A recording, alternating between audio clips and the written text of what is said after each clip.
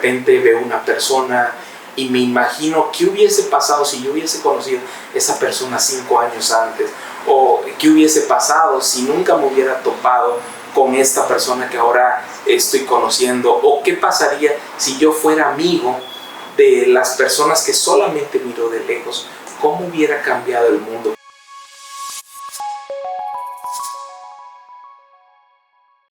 Libros, libros, libros, tráigame más libros. Imagínense que estamos en una prisión donde no hay paredes, donde no hay barrotes, completamente congelado, nos está cayendo la nieve y sin embargo lo único que tienes en mente es que te traigan libros.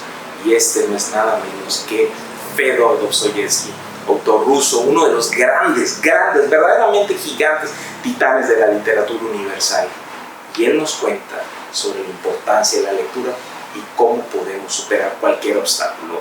Hola, saludos a todos, Kume Talks, mi nombre es Gonzalo Pérez, soy abogado de profesión, pero también desde hace mucho tiempo vengo escribiendo, vengo contando historias, y este es uno de los episodios que vamos a estar hablando sobre lectura, libros, vamos a estar hablando sobre escritores, por supuesto, y sobre todo, cuál creo que es mi concepto de lectura.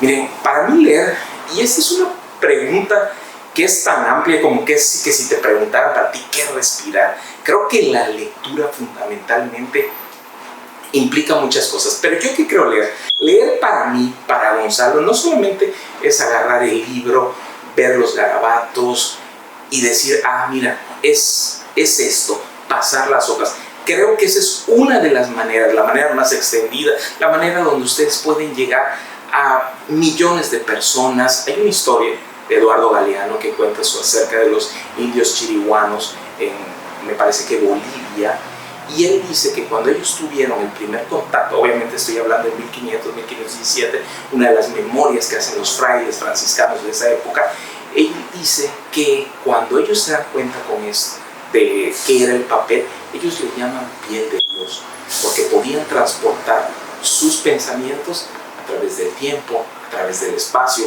e incluso a través de la muerte. La lectura es eso, es leer caracteres, es pasar las hojas, pero además de eso, lectura es esto que estamos haciendo, lo que yo estoy haciendo ahora contigo, que tú me estás escuchando, tú estás platicando conmigo, estamos leyendo. Justamente esto también es leer.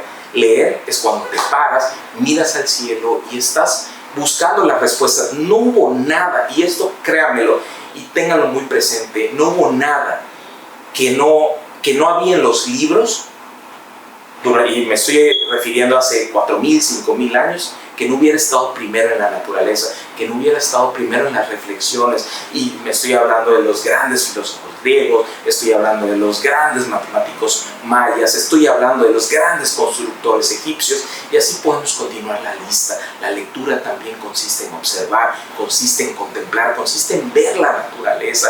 No solamente la inteligencia como tal radica en la erudición como la conocemos, creo yo, y estoy convencido que leer implica muchas cosas, implica pasar las hojas, implica platicar, implica conectarnos ahora que estamos en estas redes digitales, en esta jungla que significa las redes sociales, el Facebook, el Instagram. Y yo creo que ya tengo mis añitos, ya me imagino que ya hay otras redes sociales que no las sé muy bien, me parece que está el Streamer y muchas otras, pero eso yo creo que también es leer. El leer es cualquier acto que nos permite intercambiar información por cualquiera que sea. Obviamente la que estamos promoviendo, la que estamos maximizando, la lectura que hay a través de los libros, pero también el diálogo, la charla, los conversatorios también es parte de leer.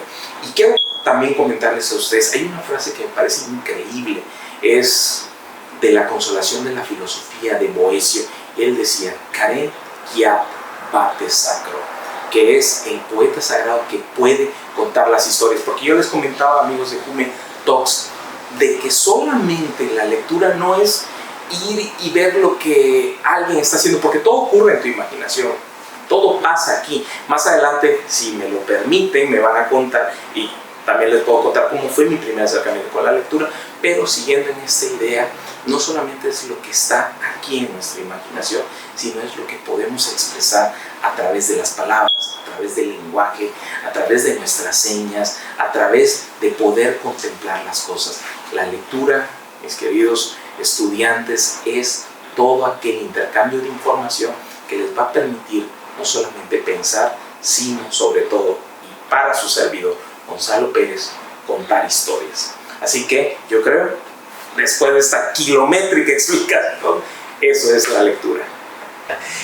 Tenía, creo que 6 o 7 años, no estoy muy seguro, tal vez un poquito más grande, tal vez un poquito más chico, y mi tío Oscar me regala, en aquel entonces la mayoría de ustedes tal vez no vivió esa parte, pero antes te regalaban enciclopedias, te regalaban colecciones de libros, y recuerdo que él llegó con una colección de libros que se llamaba El Nuevo Tesoro de la Juventud. Eran 20 tomos, se podrán imaginar, envueltos de papel celofán, con un moño rojo que tenía encima. Yo la verdad me gustó, sobre todo porque parece que era un gran regalo, parecía que me acaban de regalar un caballo, me acaban de regalar una bicicleta, pero era muy grande. Y me sorprende que eran libros del Nuevo Tesoro de la Juventud, pero justamente cuando lo abro, no recuerdo exactamente cuál tomo, pero lo que sí recuerdo es que justamente caigo en el canto 1 de la Ilíada, del canto de la ira, y justamente es uno de los versos del final que son hexámetros, y dice: paguen pues los danaos mis lágrimas con tus flechas.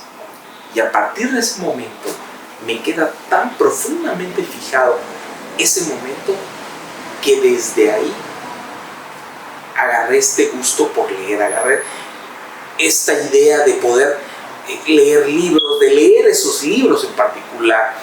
Y yo, algo que recuerdo mucho que le había dicho a mi abuela, era de que se me había prendido la televisión dentro de mi mente, que yo tenía como que si estuviera yo viendo esos programas de televisión, pero que estaban ocurriendo en mi mente. Y a partir de ahí, cuando terminé esa saga y ya no tenía otras historias que leer, ahí tuve la oportunidad de conocer a Sherlock Holmes, a Dante, a Petrarca, a Boccaccio, etcétera, etcétera, etcétera, los titanes, los poetas isabelinos, los escritores rusos, los filósofos alemanes, los economistas ingleses, los lingüistas franceses, los contemporáneos, todo el compendio de la humanidad, del saber, reducido en esos 20 tomos para los jóvenes. Y cuando dije que se acabó, entonces dije, bueno, yo voy a escribir mis propias historias. Y ahí fue donde empieza este gusto por querer escribir, por querer contar historias.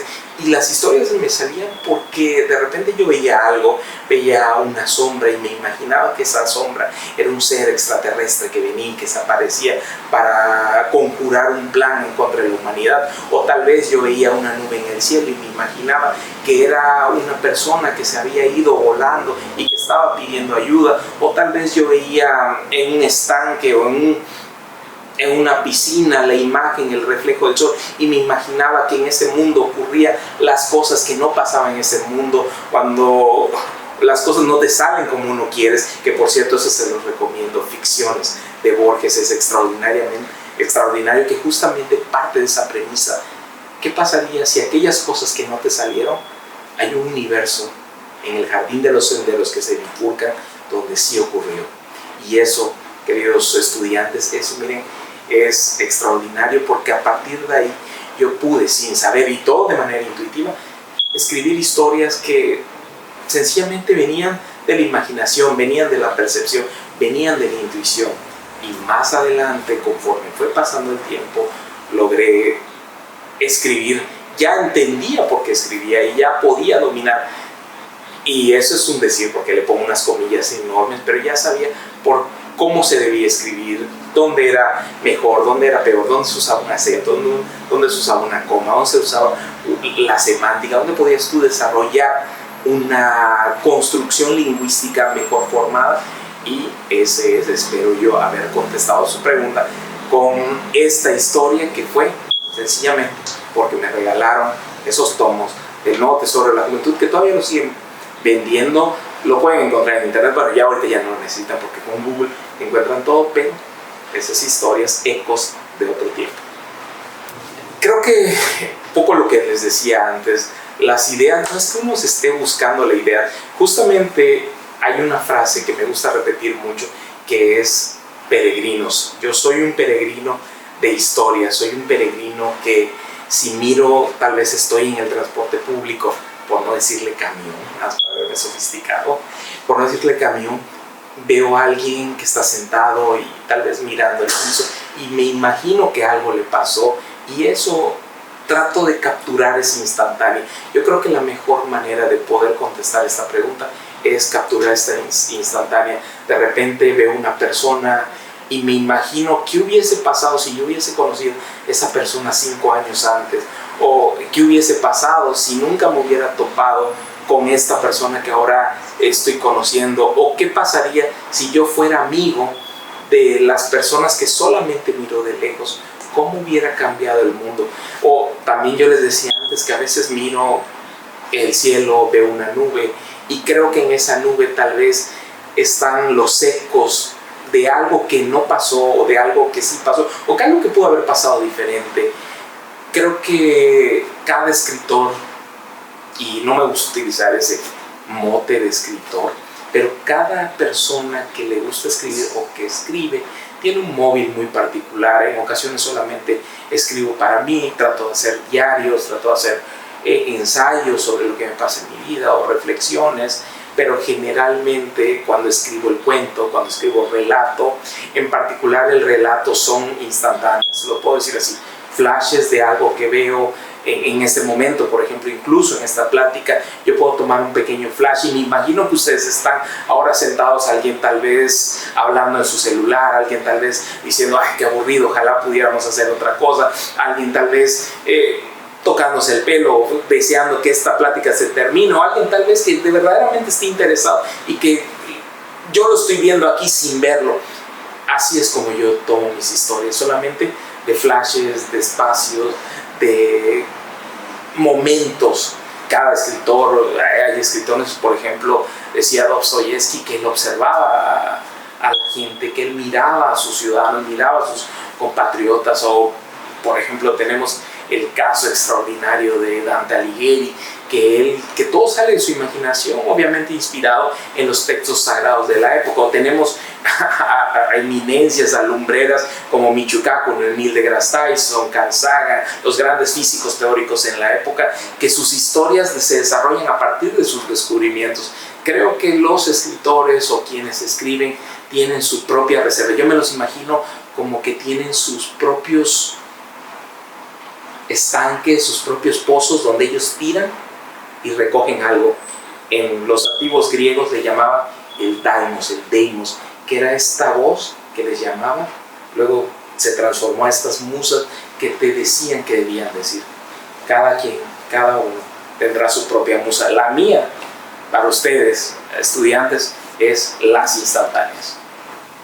A la comunidad CUME me gustaría que, sobre todo, no solamente que fomenten la inteligencia, ¿y qué me refiero con inteligencia? Creo hoy que el verdadero concepto sobre esa palabra implica fundamentalmente en que trates de analizar las cosas o trates de pensar los argumentos contrarios a lo que tú crees que es cierto. Cada argumento que tú creas, que fundamentalmente estés seguro, le busques la vuelta. Creo que la inteligencia es la capacidad de poder reevaluar constantemente nuestro sistema de creencias, nuestra manera de pensar, la manera en cómo miramos, el tratar de empatizar. Y no solamente empatizar es mirar o pensar y ponerse en el lugar del otro, sino que también implica caminar, implica ver en sus zapatos. Si hoy ustedes tienen una idea enraizada, busquen argumentos, busquen algo que no solamente confirme ese sistema de creencias, que no solamente maximice su sesgo de confirmación, sino que también traten de buscar qué dicen otras personas. Pónganse en la idea de que cada argumento, cada idea, cada manera de pensar, cada forma que ustedes tengan, puede ser fundamentalmente rebatida, puede ser desechada. Y yo creo que eso es lo que tenemos que desarrollar. El gran mensaje para ustedes estudiantes ustedes no pierdan el pensamiento crítico, no conviertan su vida en ecos de resonancia donde solamente quieren escuchar lo que ustedes quieren creer. Traten de pensar, traten de analizar lo que ellos creen, y eso es un ejercicio para todos, que es para ustedes, que es para las autoridades, que es para sus padres. Traten de empatizar, traten de pensar, traten de buscar la inteligencia entendida, cómo reevaluar su propio pensamiento constantemente, y una vez que crean que ya lograron algo, duden de eso. Decía Miguel de Unamuno, también otro filósofo, escritor de principios del siglo, que cuando enseñes, lo primero que debes enseñar es aprender a dudar de lo que estás enseñando. Solamente me gustaría cerrar, hay una frase muy antigua del viejo latín que dice carpe diem, aprovechen el día. Y eso es lo que les deseo a todos ustedes, que aprovechen su día, que aprovechen el momento en el que están viviendo. No estén pensando en aquellas cosas que pueden hacer o que van a hacer o que les gustaría hacer, pero por X o por Y no lo están consiguiendo. Aprovechen hoy, aprovechen sus circunstancias, su forma, su entorno, la gente con la que están. Muchas veces no nos gustaría cierta situación, pero es lo que hay. Pero también podemos seguir caminando en función de lograr conseguir. Y les digo, no quiero extenderme más otra vez, pero Eduardo Galeano decía que en su libro Espejos, que la peor herencia colonial que podemos tener es creer que las cosas no pueden cambiar, que las cosas son así y no pueden ser diferentes. Y yo creo y sostengo que las cosas sí pueden cambiar. Nos va a tomar tiempo, nos va a tomar mucha voluntad, tal vez nos va a tomar generaciones, pero créanme, estamos avanzando. La humanidad, a pesar de todo lo que vemos, de todo lo que ustedes están viendo, en muchos sentidos está mucho mejor que hace 500 años, que hace 1000 años, donde dominaba la ley del más fuerte, donde dominaba la violencia. Creo que estamos caminando poco a poco, si no nos destruimos antes, pero si pueden, traten de pensar, traten de disfrutar, traten de estar con los suyos, pero sobre todo, traten de estar aquí y ahora. Me pueden seguir, miren, me gustaría que me sigan uno en Cuéntame un libro, que es un proyecto literario que está en radio, en televisión, en Canadá, curioso, pero está allá, para la comunidad hispana, para la comunidad en español. Lo pueden encontrar en Facebook, en Instagram, en TikTok, y yo también tengo TikTok, aunque ya tengo mis años. En TikTok lo pueden encontrar como Cuéntame un libro Canadá, y ahí lo pueden buscar. A nivel personal me pueden contactar, me pueden escribir, o incluso si ustedes quieren que yo les escriba una historia, encantado. Me gusta escuchar todo tipo de historias, las que se puedan contar. Hay historias que pues, ustedes entenderán que eso es un proyecto para toda audiencia, no podemos contar historias un poquito subidas de tono, por así decirlo. Pero si ustedes quieren que cuente la historia, solamente escríbanme, me pueden buscar como Gonzalo Pérez Santos, mi nombre completo, y también pues ya que aprovechando el comercial, si pueden seguir también el despacho jurídico Pérez y Pelcastre, donde estamos ahí para ayudarlos, por si tienen ese tema. Digo también, aunque aquí en la institución, créanme que tienen lumbreras en derecho. El maestro Lara, que ahorita me va a matar el maestro, la maestra Erika Barón y su esposa, son de verdad, tienen lumbreras en ese campo, así que aprovechen a todos sus maestros que tienen, y ahí los pueden seguir.